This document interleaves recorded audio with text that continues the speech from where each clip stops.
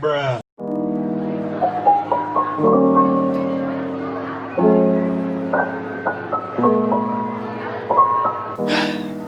semua, HP ku iPhone, HP kamu apa? Apaan sih anjing? Gaje. Udah.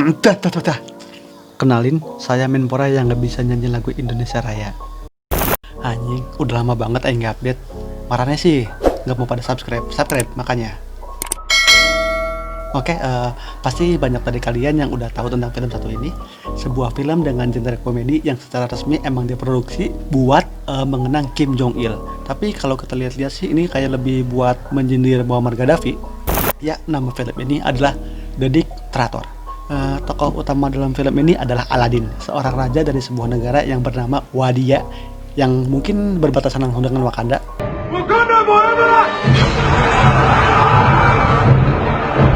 Langsung aja kita ulas jalan ceritanya, tapi jangan lupa subscribe dulu. Masa subscriber aing nambah-nambah? Kan lucu.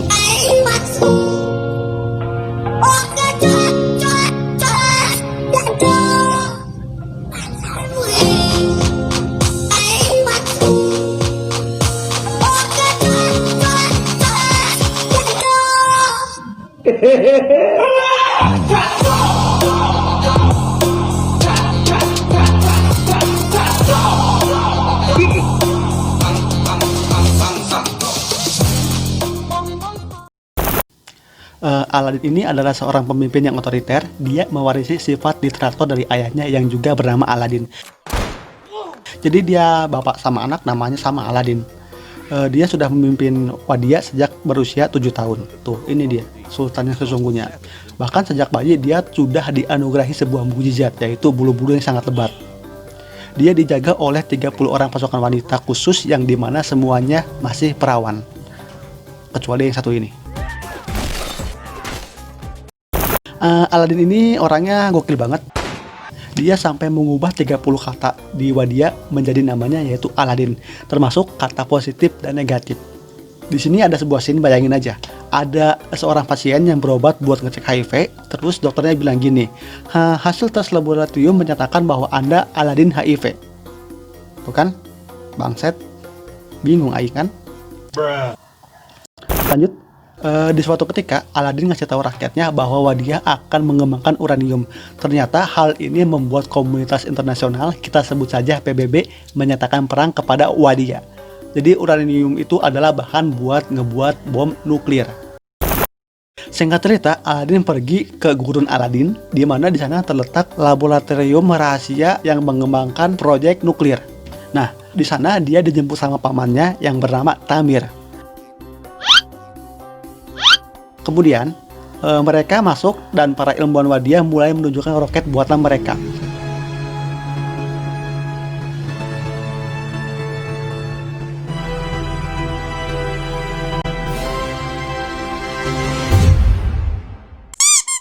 Ternyata roket Wadia itu kurang gizi dan ukurannya tidak melebihi tinggi daus mini. Lalu dia memanggil ke para riset nuklirnya yang bernama Nadal. Namun ternyata Nadal ini udah dieksekusi 2 tahun yang lalu karena beradu argumen dengan Aladin tentang roket buatannya yang berbentuk bulat seperti titit-tititan. It is too round on the top, it needs to be pointy. Sedangkan Aladin tuh pengennya roket yang ujungnya lancip. Di luar rap, Paman Tamir ngasih usul ke Aladin kalau sebaiknya mereka bilang aja ke dunia kalau Wadia nggak punya nuklir biar sanksi internasional juga berkurang. Dengan itu, maka mereka bisa menjual hak menambang minyak kepada asing. Tapi Aladin menolak hal itu, soalnya dia udah janji ke bapaknya buat nggak ngejual minyak yang ada di Wadia. Mereka pun kembali ke istana dan Aladin ditembak tepat di kepalanya hingga tewas.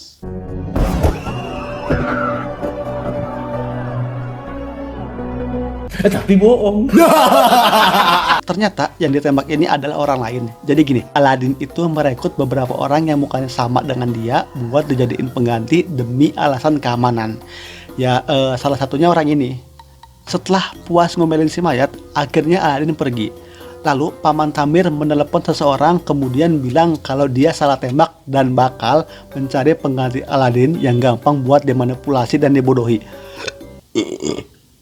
Jadi gini Bung, bisa kita pastikan kalau rencana pembunuhan Aladin ini adalah ulah pamannya sendiri, yaitu si Tamir ya. Singkat cerita, didapatkanlah seorang penggembala domba-domba yang tersesat, lalu dibawa ke istana. Scene berpindah, kira motor lewat, anjing lama banget. Scene berpindah ke adegan reproduksi antara Megan Fox dan Aladdin. Tahu kan Megan Fox ini siapa? Nggak usah dikasih tahu lah. Tapi buat scene ini kita skip aja ya. Cukup saya aja yang nonton, kalian jangan. Tapi kalau menonton ya subscribe dulu, nanti aing tampilin di video selanjutnya. Ketika sedang bermain game, Tamir datang dan bilang kalau PBB minta klarifikasi terkait nuklir yang ada di Wadia, atau Wadia akan dibantai habis. Aladdin pun kumpulin semua menterinya buat rapat dan kemudian memutuskan untuk berangkat ke Amerika.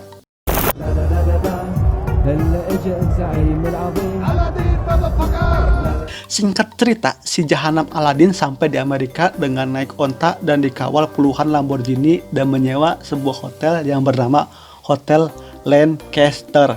Nah ini enggak ngaku-ngaku kaya. Sombong amat.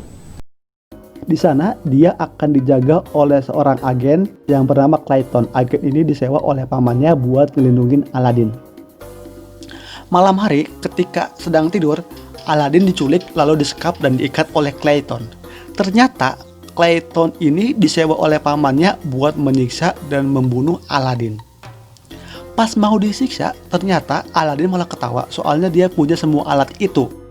Claytonnya kesel, akhirnya memotong jenggot kebanggaan Aladdin dan membakarnya. Tapi percikan api malah membakar tali ikatan Aladdin dan menghanguskan Clayton. Clayton pun mati. Singkat cerita, Aladdin yang udah nggak berjenggot dan sulit dikenali berhasil kabur dan menuju kota. Di kota sedang terjadi demo penolakan Aladdin. Kemudian si Aladdin ngeliat kalau ternyata Tamir udah mengetikkan Aladdin yang asli dengan duplikatnya buat pidato di PBB. Nah di sini Aladdin mulai sadar kalau ternyata yang mengkhianati dia adalah pamannya sendiri. Tamir, it was you snake!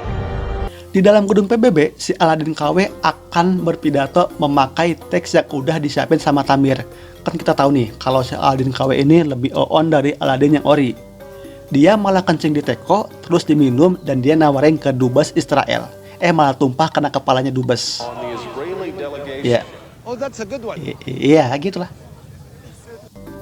Lalu, si Aladdin KW ini mulai berpidato kalau Wadia akan menjadi negara demokrasi.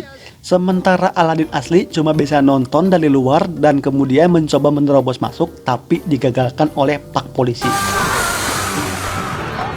Ketika sedang terjadi chaos, ternyata Aladdin diselamatkan oleh seorang cewek yang bernama Zoe.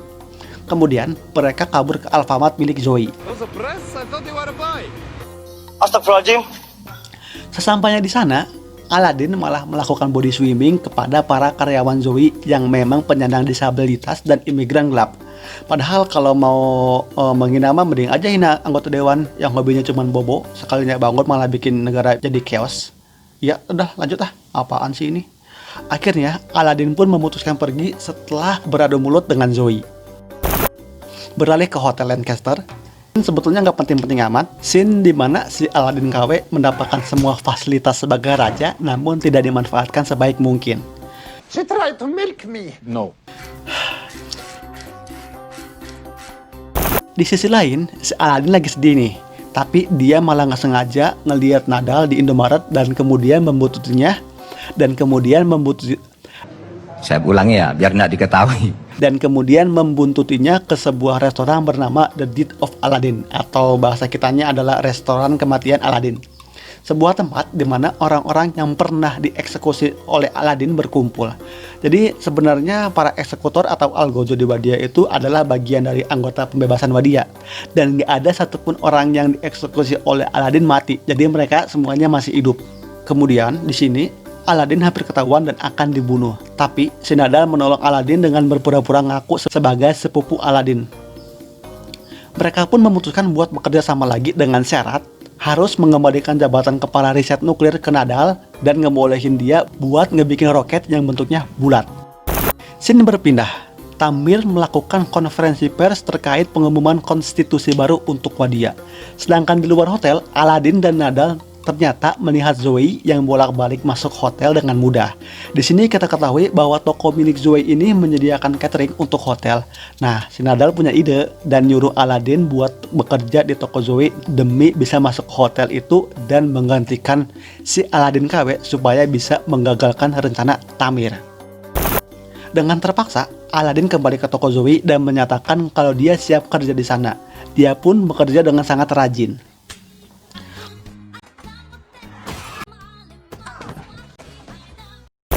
Lalu Aladin ditelepon sama Nadal dan diajak buat naik helikopter. Tujuannya karena Nadal mau mencari jalan masuk ke hotel dengan memantau lewat udara. Tapi di dalam helikopter, si Aladin bikin ulah. Dia ngajak ngobrol ke Nadal pakai bahasa Wadia. Dan ibu-ibu di dalam helikopter itu salah paham, dikiranya si Aladin mau melakukan bom bunuh diri. Padahal dia cuma mau pamer rompi ke si Nadal.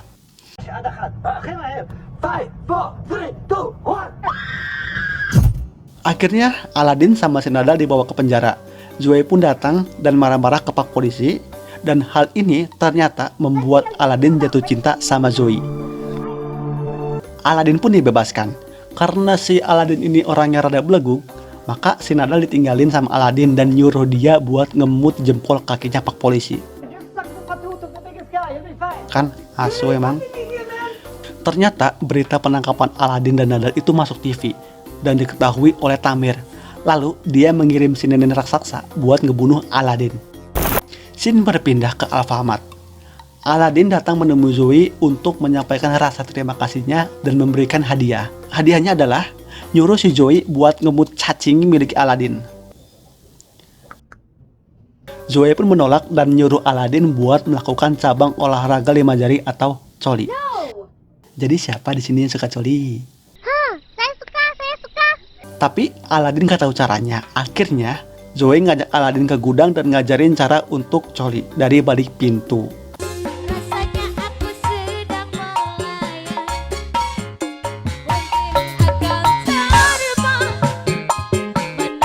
Rasanya aku sedang Setelah selesai melakukan senam jari, Aladin pun keluar dan pamer ke semua orang kalau dia habis coli, sambil nunjukin bekas ingusnya itu. Ketika malam, Nadal menelepon dan lagi-lagi Aladin pamer kalau dia habis coli. What the fucking idiot. Tak lama setelah Nadal menelepon, ada suara berisik dari toko. Ternyata itu adalah Etra atau si nenek raksasa yang langsung menyerang Aladin dengan nenek jahanam miliknya.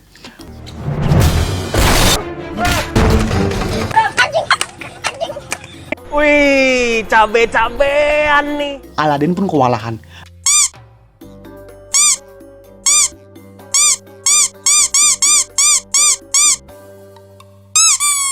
Namun akhirnya dia berhasil menang dan Etra pun tenggelam. 1, 2, loop. Scene ini sangat kontradiktif, padahal kan si Etra itu punya 2 pelampung dengan ukuran jumbo. Mestinya kan dia mengapung, nggak tenggelam. Ketika pagi tiba, Zoe datang bersama seorang auditor dari pihak hotel. Oh my god. Mereka kaget melihat keadaan toko yang sangat berantakan. Zoe pun bertanya apa yang terjadi. Aladin berbohong dan menjawab, nggak tahu, soalnya aku habis coli semalaman. Pihak hotel yang merasa jijik akhirnya membatalkan kontrak dengan Zoe. Aladin yang merasa bersalah akhirnya berjanji kepada Zoe untuk mendapatkan kontraknya kembali dengan melakukan reshuffle kabinet di Alfamart milik Zoe. Perombakan besar-besaran pun terjadi. Kondisi toko kini semakin membaik hingga mendapat nilai inspeksi A dari yang tadinya C.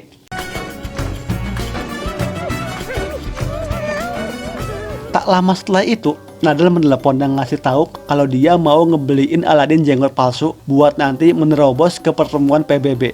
Tapi Aladin kekeh, dia pengennya jenggot asli. Dan akhirnya mereka pun memutuskan dan berencana untuk mencuri jenggot dari seorang mayat dalam iklan di sebuah koran. Singkat cerita, mereka datang dan berpura-pura melayat.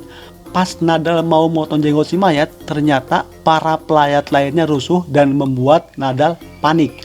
Nah, dalam kondisi panik, Nadal malah membengkak kepala si mayat dan kabur lewat pintu belakang bersama Aladin. Akhirnya mereka berhasil mendapatkan jenggot asli dengan bonus kepala asli juga. Wake up. Good morning, Nadal.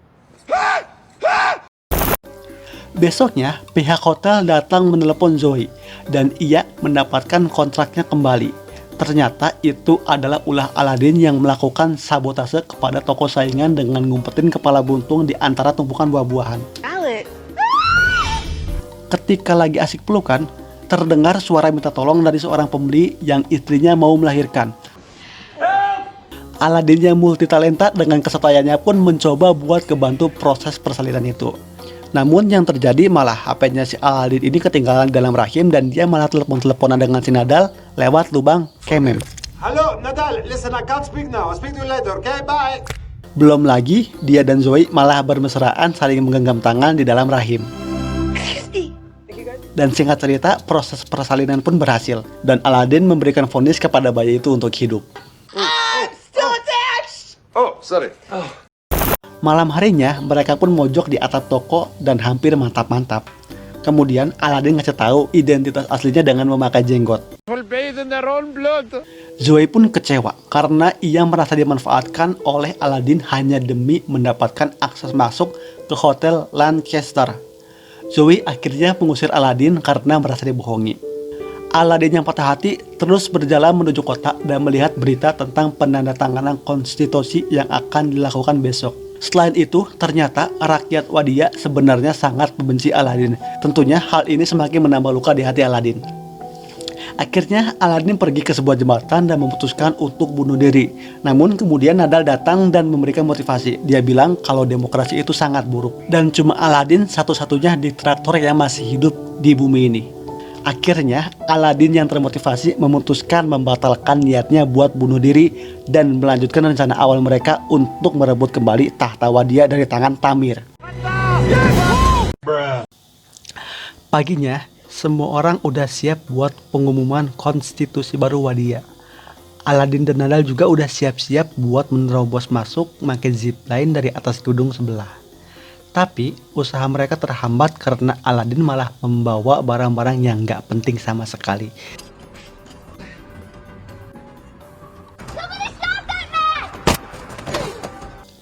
Setelah membuang semuanya, tali yang digunakan Aladin malah putus digigit sama kambing. Dan hal itu membuat Aladin tergelayut masuk ke dalam kamarnya.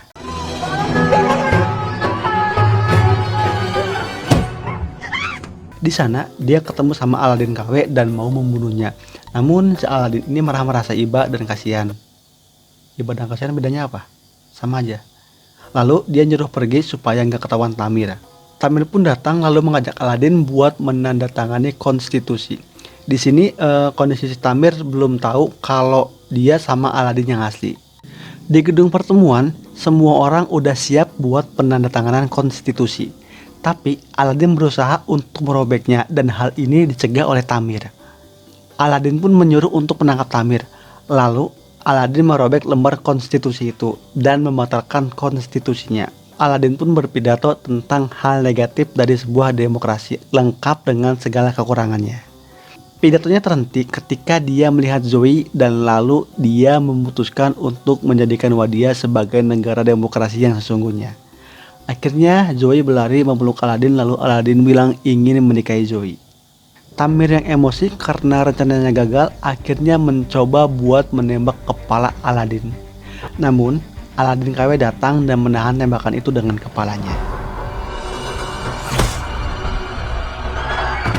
Aladin berduka atas kematian kembarannya itu. Halo.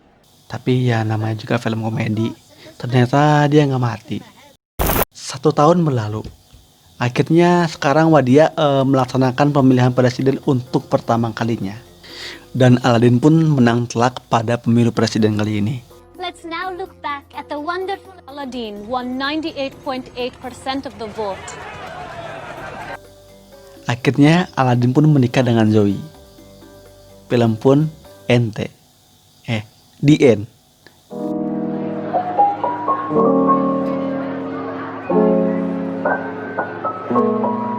Nah, jadi hikmah yang aing dapat dari film ini adalah janganlah kamu mempunyai teman yang neneknya besar karena itu sangat membahayakan. Ya, saya Nokia Jadul pamit. Terima kasih.